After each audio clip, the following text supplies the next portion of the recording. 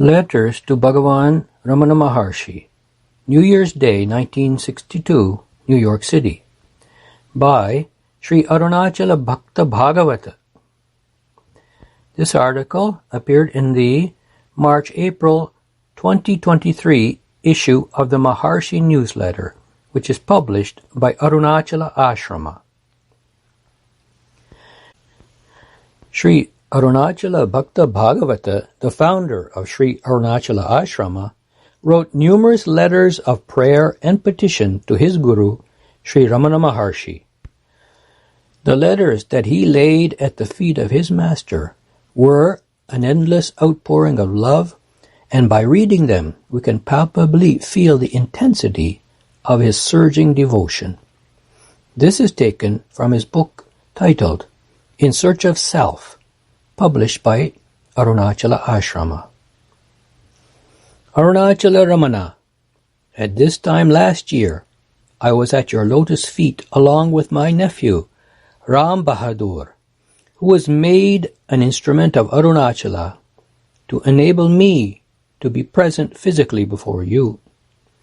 For a full year, I have not been able to present myself at your lotus shrine, but you know how eagerly I pine for the day to return to Sri Ramanashramam with my family. Bhagavan, I am your child, and I cannot survive for a moment without your grace. I know it well that Shiva's grace flows to me all the time, uninterruptedly, and I drink deep in his grace. I have been made to return to the United States, not because I wanted to come back, but because the Maharshi has something for which he has brought me here. Arunachala Shiva is ever present in my life, wherever I am. There are two things which keep on coming to me again and again. First, that I have not been lucky in sitting at the lotus feet of Bhagavan when he was in the body. Second, that when Arunachala is ever present in my heart, where does the question arise of not seeing him in his lifetime? He may not be in the body, but he is with me all the time. This is what gives me solace, strength, and faith, and on this basis I remain in him all the time. I am a householder, and the problem of earning a living and taking care of my family are the immediate tasks with which I am faced right now. Otherwise, I do feel I should be living at the Arunachala shrine. But then Maharshi says, I have to carry out the work assigned to this body, and this is a great consolation that keeps me alive and kicking. Time and again, he reminds me that he is with me all the time, provided I care to think of him. I believe that he looks after me all the time, whether I am in a position to remember him or not. Since the advent of Bhagavan in my life, I have found a new life, and there has been peace and happiness all around amidst the worldly despair and gloom. I always live on two planes, the physical and the spiritual. It is the spiritual plane that is the cornerstone of my life, and on the sheer basis of its strength, I live. Bhagavan abides in everyone's heart, and I can testify to it from my personal experience that he abides in me all the time. My words are no match for the wonderful experiences that have come to me. I feel them, I realize them, and drink deep in the bliss that flows directly from Arunachala Shiva Bhagavan Sri Ramana. I cannot help writing these lines because they come to me spontaneously.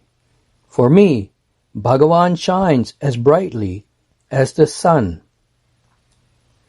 Om namo bhagavate Sri ramaṇāya is the mantra I chant when I pick up the thread of his remembrance.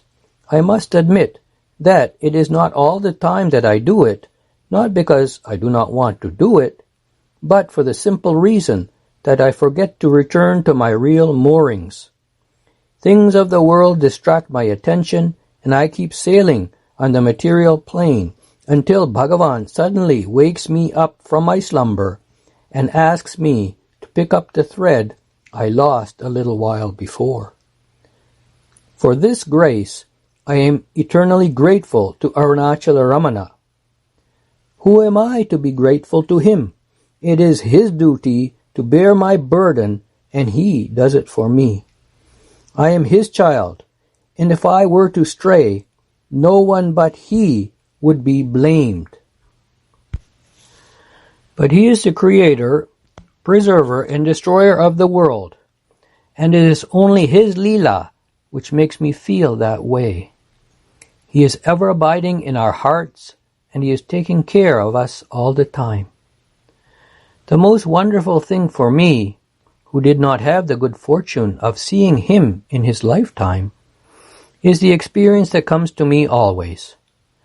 I consider myself very fortunate that the meaning of all the scriptures has been made clear to me during the short time that I have been drinking deep in his bliss. The truth is that I would not value it much if I am not made to suffer for it and then achieve it. I have to work out my destiny until I have surrendered completely to him. The obstacle that stands in my path to complete surrender is the feeling of not having surrendered myself to him.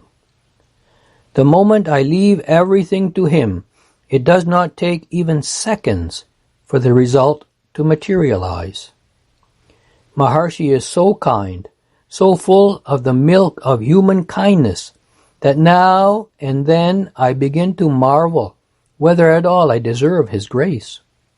But Ramana came to earth to lift the burden from our hearts and give us peace and happiness, so that we may not return to the cycle of birth and death again.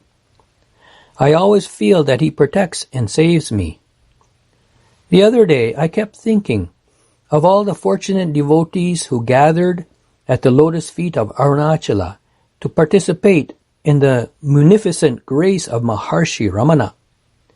Whenever I think of him, the whole panorama of the ashram, with Bhagavan in the center, becomes vivid before me. I see the yogi of yogis walking towards the hall where many devotees have been waiting to get a glimpse of Arunachala Shiva incarnate before they return to the world of their own.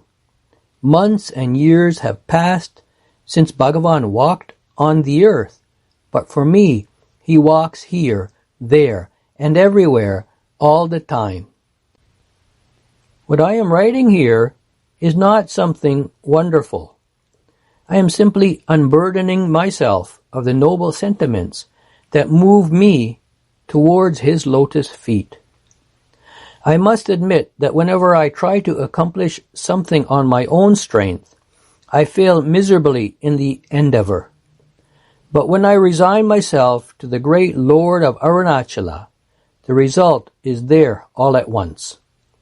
But my samskaras do not allow me to surrender to him fully, and for that reason I have to suffer in the world. But there is no suffering or trouble for me on the spiritual plane. No doubt there have been tests, acid tests, oftener than I have bargained for, but they are worth enjoying because I know that the end result of all these tests is the cleansing of my soul.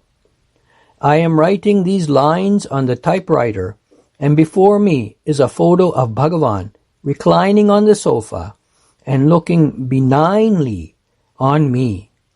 Maharshi Ramanaputra Bhagawata is dedicating these flowers to the lotus feet of Arunachala Shiva Bhagavan Sri Ramana Maharshi. May he not forget his son, who is lost without his father. Om namo bhagavate Sri Ramaṇāya.